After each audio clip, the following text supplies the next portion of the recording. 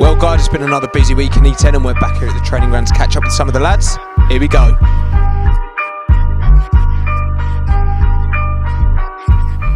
Right, so we are going to be catching up with joint top goal scorer Jordan Maguire-Drew and hearing about his thoughts on the season so far. But first, let's go and catch up with Danny Webb ahead of Saturday's game against Port Vale. Let's go. Right, so we're out here now with Danny Webb. Danny, it's a pleasure as always, mate. Thank you for joining us. Now we're just have we'll have a look at the season so far and also have a little look ahead. Last Saturday's game against Colchester, again, it wasn't the most positive results. But what did you take from that game? Unfortunately, no points. I think that showed a lot more. I don't know what the word is really, but had much more of a go second half. I do think there was a few good performances, regardless of the result. And unfortunately, it's one of them where there's a lot of cliches after. You've got to just look forward to the next game, which is luckily for us tomorrow to try and get 3 points on the board. Yeah, and I'm looking forward to kind of having another home fixture. I'm sure you boys are. How are the lads looking, especially those that have not been involved in the squad recently? You know, Turley, Joby, the likes, those injured. How's the squad looking? Looking all right. Turles is still in with the medical department. Joby's back training and looking $1 million, as he always does when he's on the football pitch. So that's a big plus.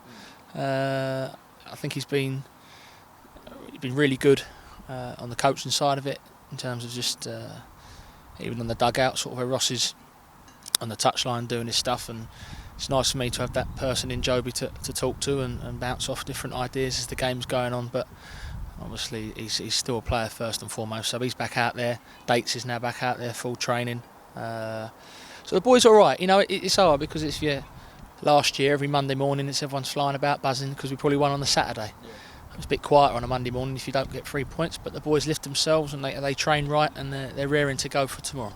Nice. And as obviously all fans know, after Monday's news, it's going to be a time of transition now. But how has training itself been, and what can you kind of see in the next couple of weeks of how training will be in this transition? I think obviously things probably will change going forward with whatever the club decide to do. But for the here and now, the professionalism that we built, especially through Justin, and his ethic of how he wants people to behave and work and train, that's in this squad of players, and they're carrying it on. That includes the new lads who've signed recently and in the summer. So that hasn't changed. But you know, it's a results business, and I think that the sooner we get a few wins and a few points on the board, the smiles will return to everyone a bit quicker. And obviously the characters in this squad, we saw them so much last season and this season as well. They're going to be important at a time like this, aren't they? Yeah, but I think first and foremost that those big characters, they're big characters because they sort their own performances out first. They sort their sort of own day-to-day work into their match day sort of preparation. They look after themselves, and that spreads. And I'm just sitting there, people like Joby, Josh Wright. It breeds how they train, how they prepare, how they act, how they converse. You know, they're just proper people. So whether we're having a fantastic season or a bottom of the league season or a mediocre season, those people have got reputations in football of being characters. For, you know, it's no coincidence. They're consistent whether teams they're in or winning or losing. So their characters have been the same, and it's important that going forward, as I say, whatever the club decides to do, that those characters continue to be like they've been for a while, and they will do. And maybe the younger lads around them continue to learn and look up to them. And let's just turn our attention back to the football quickly before we wrap things up. As we said, it's Port Vale tomorrow. It's going to be another tricky encounter, but what do you expect from the game itself? We're talking about it in there actually, how every team we played this season has been, in my opinion, powerful, strong, in your face. Just the whole quality has gone up from, you know, no disrespect, teams we played last year. So there hasn't been one team I feel that has been a poor team.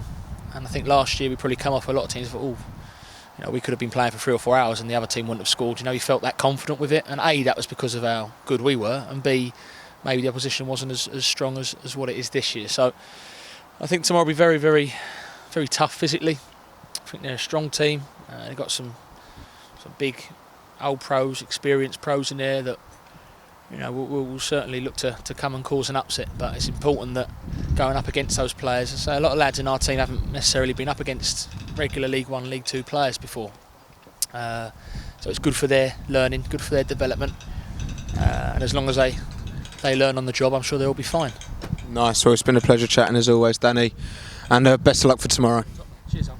It's always fun to catch up with Danny Webb. Now, as I said, we've got Jordan Maguire-Drew waiting for us in the boot room. Let's see how he's getting on. Right, I'm joined now by joint top scorer Jordan Maguire-Drew. Jordan, thank you very much for joining us today, mate. Thank you. Now, firstly, it's been a bit of an indifferent start to the season, but you've notched 3 goals yourselves and a few spectacular ones in there as well. How have you found the start to life in League 2? Yeah, no, I think it's been positive and obviously some negatives as well, which we're still trying to find our feet, as we would say. But I think the boys are like adapting to the situations, obviously what's happened, really well, and we're all still real close, real together, and we're just working day by day just to keep working on the little finer details that we need to improve on, which hopefully will get us more points on the board. And touching on your goals there, Jordan, though, 3 so far, as we said. Is that something you've worked hard on in pre-season to add more goals to your game? You're playing in a slightly different position, you could say, this season as well. Is that what you've been looking to? Yeah. No, I've targeted myself. I'm not going to say how many I want, but I've targeted myself how many I want this season, and assists as well, because that's what I want to do. I want to add as many goals and as many assists as I can for myself, but that will have a knock-on effect for us as a team as well, because I want us to do well, and I think we've got the players and the capability to do well this season.